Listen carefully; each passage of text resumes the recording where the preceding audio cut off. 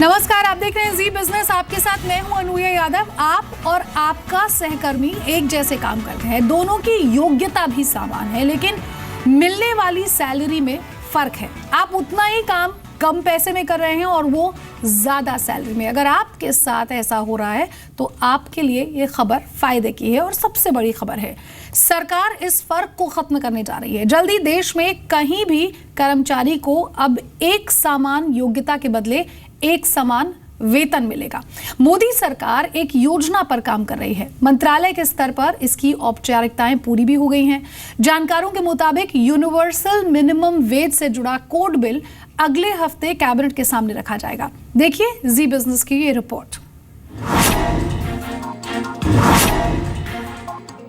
आपका ड्राइवर हो, घर में काम करने वाले नौकर या फिर वॉचमैन, इनको कितना न्यूनतम वेतन मिलना चाहिए, इसके लिए सरकार बड़ा कदम उठाने जा रही है। सरकार देश में भेदभाव खत्म करने जा रही है। वेज कोड बिल के पास होने के बाद किसी भी राज्य में किसी भी सेक्टर के कर्मचारी को उनकी योग्यता के आधार पर बराबर न्यूनतम सैलरी मिलेगी। मसलन non skilled, skilled, semi skilled और हाई स्किल्ड कैटेगरी में क्लासिफिकेशन के आधार पर न्यूनतम सैलरी का निर्धारण होगा। राज्यों को न्यूनतम सैलरी की अनिवार्यता को पालन करना होगा, पर अधिकतम सैलरी वो अपने हिसाब से तय कर सकते हैं। नया कानून हर सेक्टर और हर क्लास के वर्कर के लिए लागू होगा। पार्लियामेंट से बिल पास होने के बाद कानून बनेंगे और अलग अलग कैटेगरी के लिए मिनिमम वेज तय करने के लिए राज्यों के बीच कंसल्टेशन होगा। प्रस्तावित कोड बिल में minimum wages act of 1948, payment of wages act of 1936, the payment of bonus act of 1965 और इक्वल रिम्यूनरेशन एक्ट ऑफ 1976 के प्रावधान शामिल होंगे। लेबर मिनिस्ट्री चाहती है कि मॉनसून सेशन में इस बिल को पार्लियामेंट से पास करा लिया जाए। जानकारी के मुताबिक लॉ मिनिस्ट्री से भी कानूनी औपचारिकताएं पूरी हो गई हैं। फिलहाल नॉन स्किल्ड लेबर के लिए केंद्र सरकार की ओर से मिनिमम 325 रुपए प्रतिदिन के हिसाब से तय किए गए हैं, लेकिन हर राज्य में अलग अलग दिए जाते हैं। हालांकि पुडुचेरी में ये 55 रुपए प्रतिदिन है, जबकि दिल्ली में 331 रुपए प्रतिदिन। वहीं 11 राज्यों में यह आंकड़ा 160 से 200 रुपए प्रतिदिन के बीच है, जो 13 राज्यों में 200 से 300 रुपए प्रतिदिन है। नए बिल में शेड्यूल्ड इंडस्ट्रीज और एस्टेब्लिशमेंट्स के लिए मिनिमम वेज को भी शामिल कर लिया जाएगा। इसका मतलब है कि जिस कर्मचारी की सैलरी 18,000 रुपए से ज्यादा है, उसके लिए भी न्यूनतम वेतन निर्धारित किया जाएगा। फिलहाल कानून के मुताबिक 18,000 रुपए से कम सैलरी में एक समान सैलरी देने का प्रावधान है। वर्तमान नियमों के मुताबिक मिनिमम वेतन की अनिवार्यता सिर्फ शेड्यूल्ड इंडस्ट्रीज और एस्टेब्लिशमेंट्स के लिए है, लेकिन आने वाले वक्त में ये नियम सभी सेक्टर्स पर लागू होंगे। यूनिवर्सल बेसिक इनकम की दिशा में इसे बड़ा कदम माना जा सकता है। प्रकाश प्रियदर्शी, जी मीडिया, दिल्ली। तो सभी सेक्टर के कर्मचारियों पर यहाँ मिनिमम वेतन जो है वो लागू होगा, लेकिन इससे जुड़े 5 सवाल जी बिजनेस उठा रहा है। सबसे पहला सवाल ये कि क्या इससे शहरों में पलायन रोकने में मदद मिलेगी। दूसरा सवाल ये कि क्या राज्य सरकारें इसके लिए तैयार होंगी, क्या निजी कंपनियां इसके लिए तैयार होंगी, क्योंकि ये भी बहुत बड़ा फैक्टर इन है। कॉन्ट्रैक्ट वालों को बराबर वेतन मिल पाएगा या नहीं, और क्या इसके बाद लेबर कॉस्ट बढ़ जाएगी, क्योंकि अलग अलग राज्यों में अलग अलग लेबर कॉस्ट यहां पर होती है। मेरे साथ तमाम खास मेहमान यहां पर जुड़ गए हैं। एल मिश्रा साहब हैं, फॉर्मर लेबर सेक्रेटरी हैं, स्टूडियो में मौजूद हैं। साथ ही साथ रजनीश गोयनका चेयरमैन हैं एमएसएमई डेवलपमेंट फोरम के।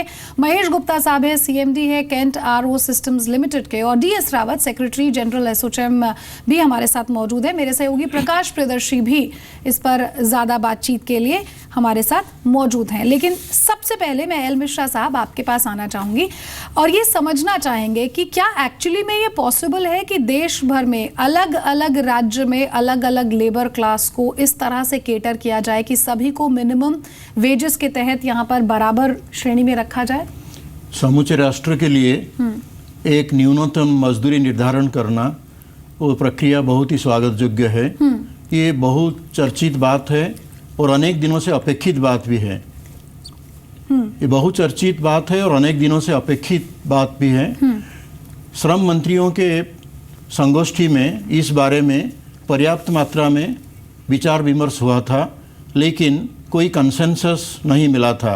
इसलिए तरह तरह की राज्यों में, संघ शासित राज्यों में जो प्रक्रिया है, जो स्थिति है, जो सामाजिक और अर्थनीतिक स्थिति है, वो बराबर नहीं है। और ऐसे विभिन्नताओं के कारण श्रम मंत्रियों के संगोष्ठी में कोई कंसेंसस नहीं मिला था। मिनिमम वेजेस एक्ट 1948 में जो प्रावधान है वो शेड्यूल्ड इंडस्ट्रीज, शेड्यूल्ड एम्प्लॉयमेंट के तहत न्यूनतम मजदूरी निर्धारण की जा सकती है। अभी जो बातें हम कह रहे हैं, notwithstanding scheduled employments, minimum wages will be uniform at the national level. Let us say 325 per day for all categories of workers, regular, contract, casual, or 18,000 rupees per month for all employees. उसका मतलब है कि ये उन लोगों की मांग जी, उन लोगों की ज़रूरतें, उन लोगों की वरीयता से साथ ये प्रक्रिया संबंधित होनी चाहिए। उन लोगों के लिए जो कॉस्ट ऑफ लिविंग इंडेक्स, अभी जो लेबर ब्यूरो शिमला आकलन कर रहे हैं, ये कॉस्ट ऑफ लिविंग इंडेक्स के मुताबिक भी होना चाहिए। और ये भी 7th सेंट्रल पे कमीशन की सिफारिश के मुताबिक 18,000 रुपया तो न्यूनतम मजदूरी निर्धारण कर गए हैं हम। क्या ये डिवाइड होगा स्किल्ड, अनस्किल्ड और सेमी स्किल्ड लेबर में? नहीं, स्किल्ड अनस्किल्ड वो तो प्रासंगिक होगा मजदूरों के लिए। उनके लिए अभी जो न्यूनतम मजदूरी कानूनी व्यवस्था है, इसमें अप्रोप्रिएट गवर्नमेंट ये मजदूरी निर्धारण कर सकते हैं। केंद्र सरकार के लिए श्रम मंत्रालय अप्रोप्रिएट गवर्नमेंट है, राज्य सरकारों के लिए राज्य श्रम विभाग अप्रोप्रिएट गवर्नमेंट है, और शेड्यूल्ड एम्प्लॉयमेंट के मुताबिक वो न्यूनतम मजदूरी निर्धारण करते हैं। जो तरह तरह की राज्यों में, संघ शासित राज्यों में तरह तरह बन जाती है, क्योंकि कुछ राज्यों तो वेल एंडाउड है और कुछ राज्यों लेस एंडाउड है। जो आपने पलायन की बात कर रहे थे, जो लेस एंडाउड राज्यों से पलायन करते हैं मजदूर, वेल एंडाउड, वही अगर हम न्यूनतम मजदूरी को बराबर कर देंगे तो फिर ये पलायन की जो बात आप कहे थे अभी, वो पलायन और नहीं रहेगा। सर, पलायन नहीं रहेगा ये बात आप कह रहे हैं, लेकिन रजनीश जी, पलायन इसलिए होता है क्योंकि उस पर्टिकुलर जगह में, उस स्टेट में एम्प्लॉयमेंट उतना नहीं है। क्या आपको लगता है कि राज्य सरकारें एम्प्लॉयमेंट उस तरह से जनरेट कर पाएंगी कि पलायन ना हो?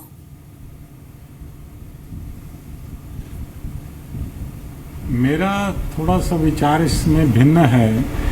मेरे हिसाब से अगर ये यूनिवर्सल लॉ और यूनिवर्सल वेजेस हर जगह के लिए बन जाएंगे तो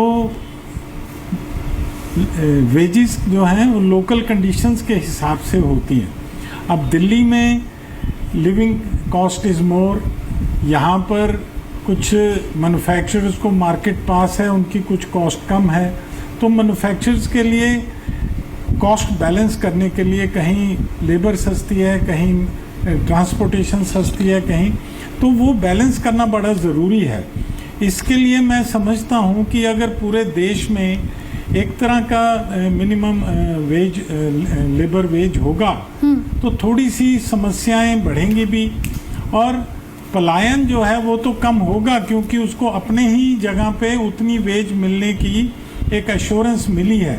पर वहाँ से या तो लेबर का पलायन रुकेगा या इंडस्ट्री का पलायन बढ़ेगा। बिल्कुल सर, क्योंकि इंडस्ट्री के लिए अपनी कॉस्टिंग को देखना बड़ा ज़रूरी है।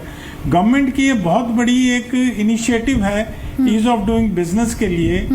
एमएसएमई सेक्टर के लिए जब 44 से 4 कानून रह जाएंगे तो उनकी इम्प्लीमेंटेशन, उनकी कंप्लायंस में उनको काफ़ी सुविधा होगी, इंस्पेक्टर राज से निजात मिलेगी। पर देखना ये है कि स्टेट वाइज और एरिया वाइज इसका इम्पैक्ट कैसा रहेगा। बिल्कुल सर, वो एक थोड़ा सा क्वेश्चन का इशू। बिल्कुल बिल्कुल सर, आपने बहुत सही बात यहाँ पर कही। ट्रांसपेरेंसी तो आएगी, और अब देखना ये होगा कि यहाँ किसका पलायन होता है, इस लेबर का पलायन होता है या फिर एम्प्लॉयमेंट का, जॉब क्रिएशन का?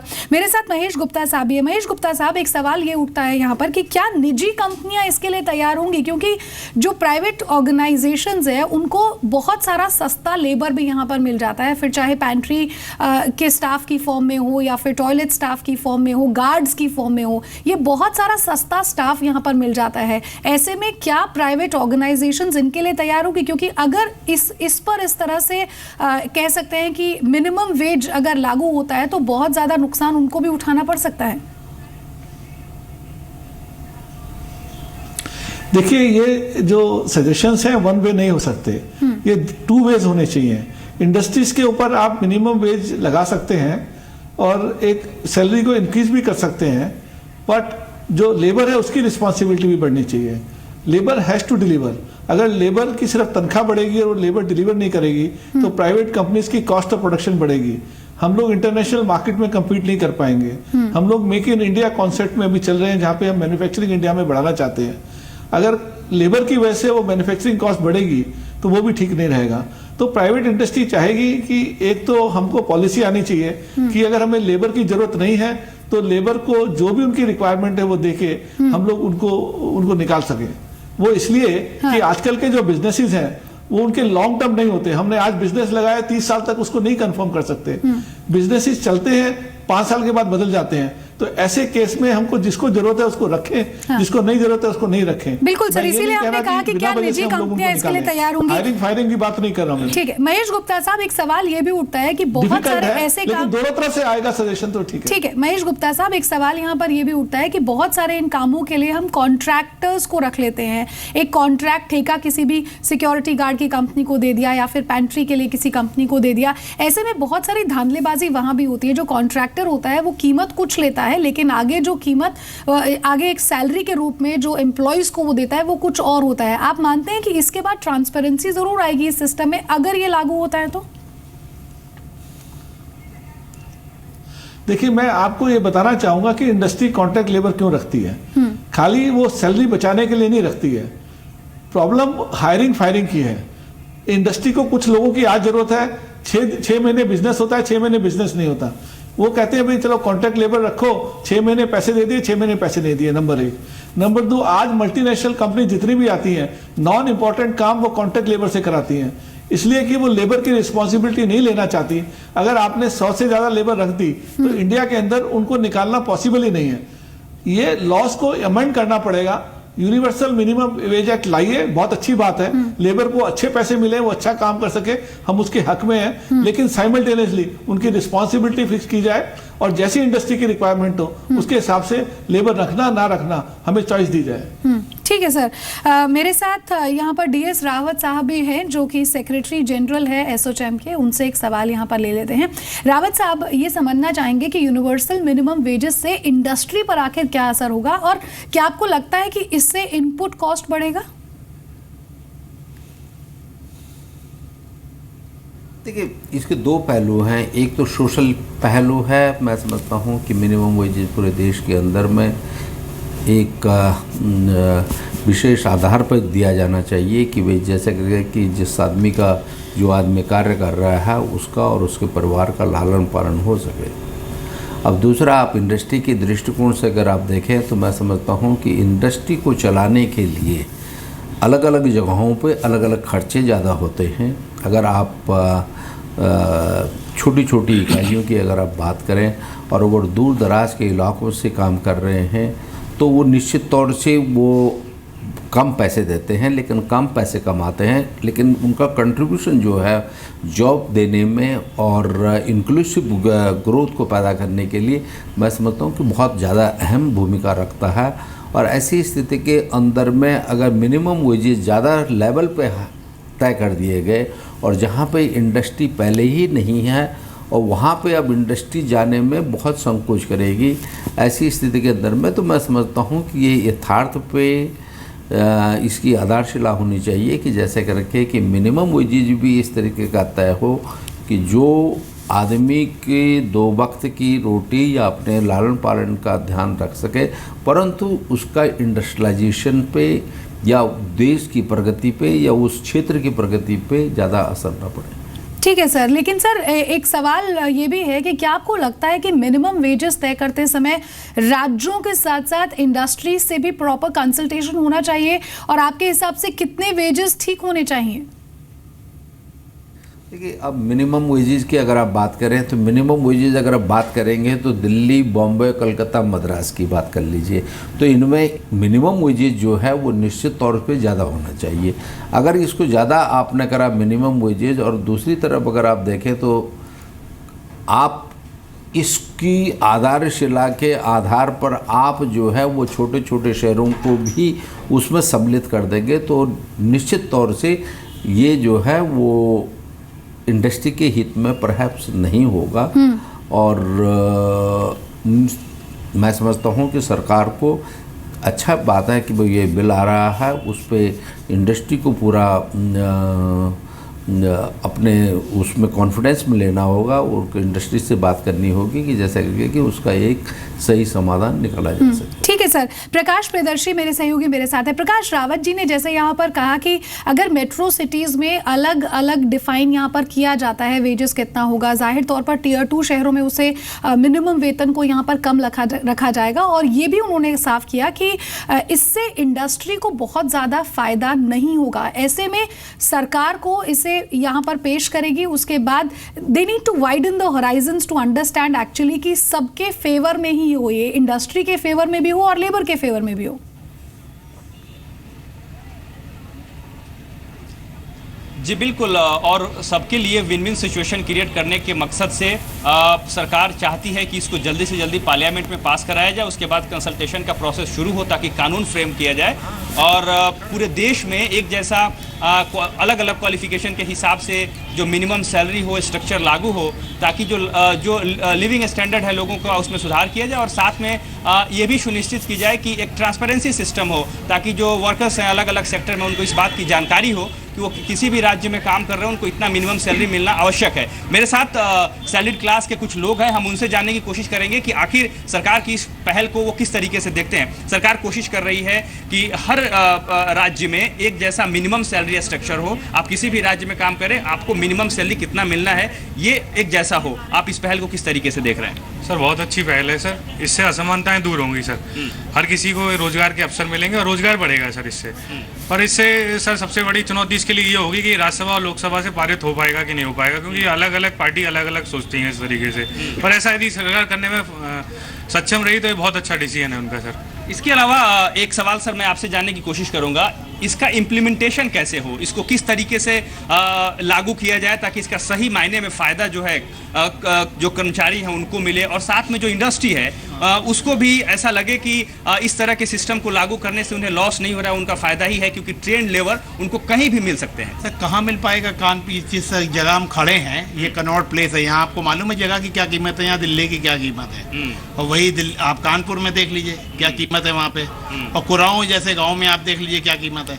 अगर एक जैसा हो जाएगा तो आप क्या समझ सकते हैं कि फिर सब लोग कुराओं नहीं भाग जाएंगे या कानपुर नहीं भाग जाएंगे? दिल्ली इतनी महंगी जगह है, यहाँ पे हर चीज़ सब महंगी है और आप सबको बराबर करना चाह रहे हैं। कैसे आप बराबर कर देंगे भाई? दिल्ली एक एक्सपेंसिव जगह है। मिनिमम सैलरी बराबर हो, मिनिमम कैसे आप कर सकते हो? कैसे डिसाइड करोगे मिनिमम कितनी है? कैसे आप डिसाइड कर लेंगे?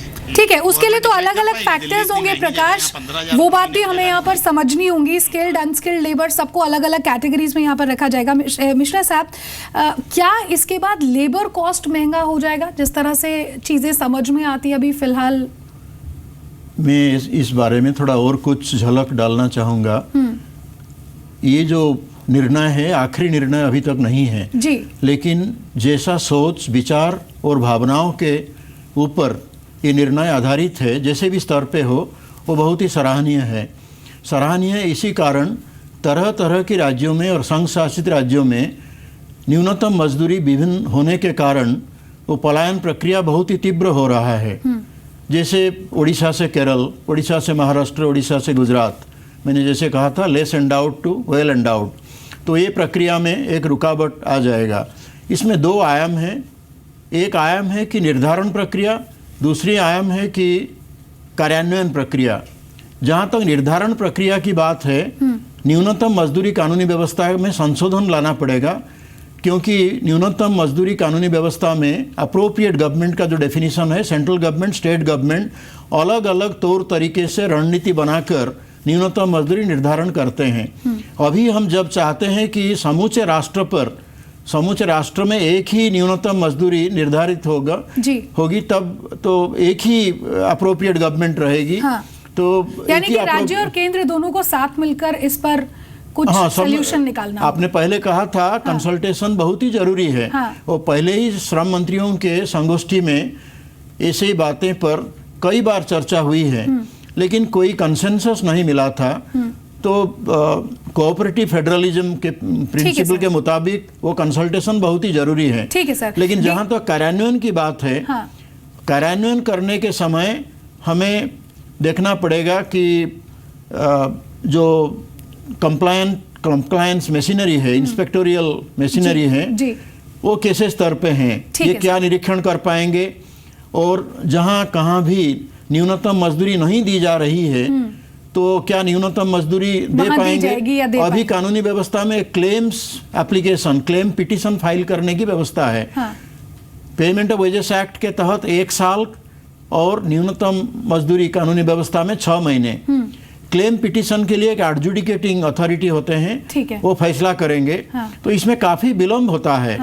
तो हमें ऐसे एक संस्था, एक इंस्टीट्यूशनल मैकेनिज्म के बारे में सोचना पड़ेगा, ताकि तुरंत शीघ्र निर्णय हो। ठीक है सर। और न्यूनतम मजदूरी लोगों को मिले, क्योंकि अभी न्यूनतम मजदूरी निर्धारित हुई है, लेकिन कार्यान्वयन नहीं हो रहा है। बिल्कुल वही सवाल भी यहाँ पर है कि बहुत सारे स्टेट्स में आपको मिनिमम वेज मिलनी चाहिए और निर्धारित है भी, लेकिन उतनी मिलती नहीं है। DS रावत साहब भी हमारे साथ है। रावत साहब, आपको नहीं लगता कि इससे माइग्रेशन रोकने में भी मदद मिलेगी, क्योंकि ट्रेन मैन पावर छोटे शहरों में भी मिल पाएगा? नहीं, देखिए वो इसमें ज़्यादा अहम भूमिका नहीं निभा सकता। आप देखें कि जो आदमी का एक विशेष लेवल ऑफ स्टैंडर्ड बन जाता है, उसके बाद जाकर के वो गांव की या दूसरे जो ज़्यादा डेवलप्ड क्षेत्र हैं उनमें इसलिए नहीं जाना चाहता कि उनका परिवार जो है वो इन सुख सुविधाओं के आधार पर जीना चाहता है जो कि एग्जिस्टिंग मिल रहे हैं, और उन जगहों पे नहीं जाना चाहता कि जहाँ पे उसके और उसके परिवार को कम सुविधाएं मिले। फॉर एग्जांपल के लिए हॉस्पिटल है, स्कूल है या दूसरी और सुविधाएं होती हैं, तो लोग प्रेफर नहीं करते हैं, बजाय वो नौकरी छोड़ देते हैं। हाँ रावत जी, आपके हिसाब से कौन कौन सी वो इंडस्ट्री है पर जिस पर इसका ज़्यादा असर हो सकता है? ज़्यादातर छोटे छोटे जो कारखाने हैं, जो छोटी छोटी इकाइयाँ हैं, जो छोटी छोटी शॉप्स हैं, शॉप्स एस्टैब्लिशमेंट एक्ट है, उनमें जो है वो काफ़ी ज़्यादा उस पर बहुत फ़र्क पड़ेगा। बहुत बहुत शुक्रिया रावत जी आपका हमारे साथ जुड़ने के लिए। एल मिश्रा साहब, रजनीश गोयनका, महेश गुप्ता, आप सभी लोगों का बहुत बहुत शुक्रिया। प्रकाश, थैंक यू सो मच हमारे साथ यहाँ पर जुड़ने के लिए। तो कैसे इससे शहरों में पलायन रोका जाएगा, मिनिमम वेजेस सैलरी को लेकर सरकार यहाँ पर मंशा बहुत अच्छी रखती है, हाँ की ट्रांसपेरेंसी भी आएगी, लेकिन राज्य और केंद्र दोनों को मिलकर इस पर काम करने की जरूरत होगी। हमारी इस खास पेशकश में इतना ही। दीजिए इजाजत, नमस्कार।